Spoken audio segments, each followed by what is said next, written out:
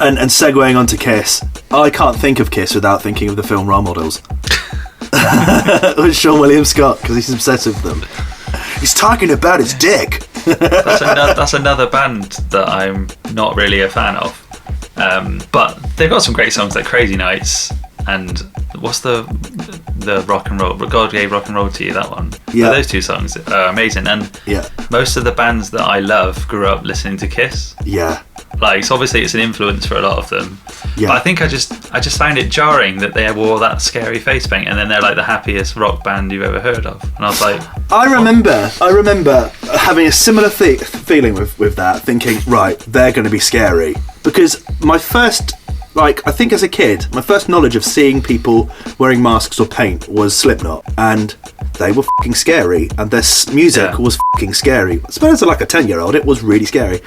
But then I remember seeing, like, Marilyn Manson and being like, oh, this is going to be scary. And actually, Marilyn Manson isn't that scary. And it's not overtly heavy. It is like, not heavier, but it is like a kind of heavy version of David Bowie.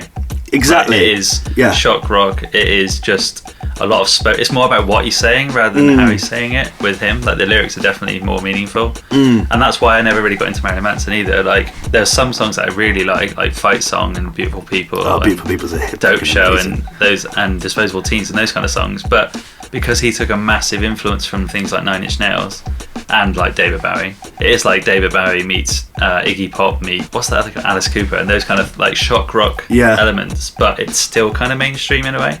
Yeah, and I know exactly. Why, for me, that's why Kiss is a bit like, but they look like that, but then they make music like this.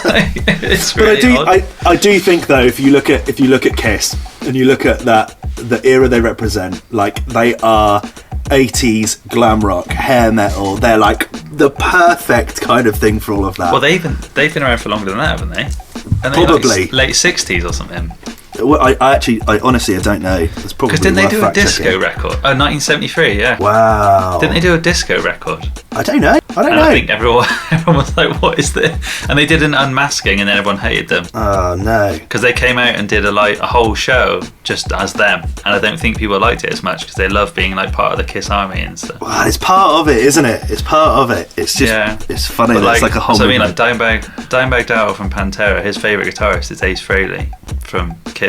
And a lot of his guitars have stickers on them that are Kiss ones, like literally pictures of them. And then the drummer, like, there's a video of them like painted as them, like it's like them as kids, and then the drummer's wearing like his little cat makeup and stuff. Yeah. Like, for me, I think I could never disrespect them fully because, like I said, the people who I idolise loved them, but I'm just not a fan. But you know what? I'm just looking at some of their records and I'm like, actually, you know what? I was made for loving you. Oh, they are really good. You just got to remove the fact that they look like they should be a lot heavier and louder. Yeah.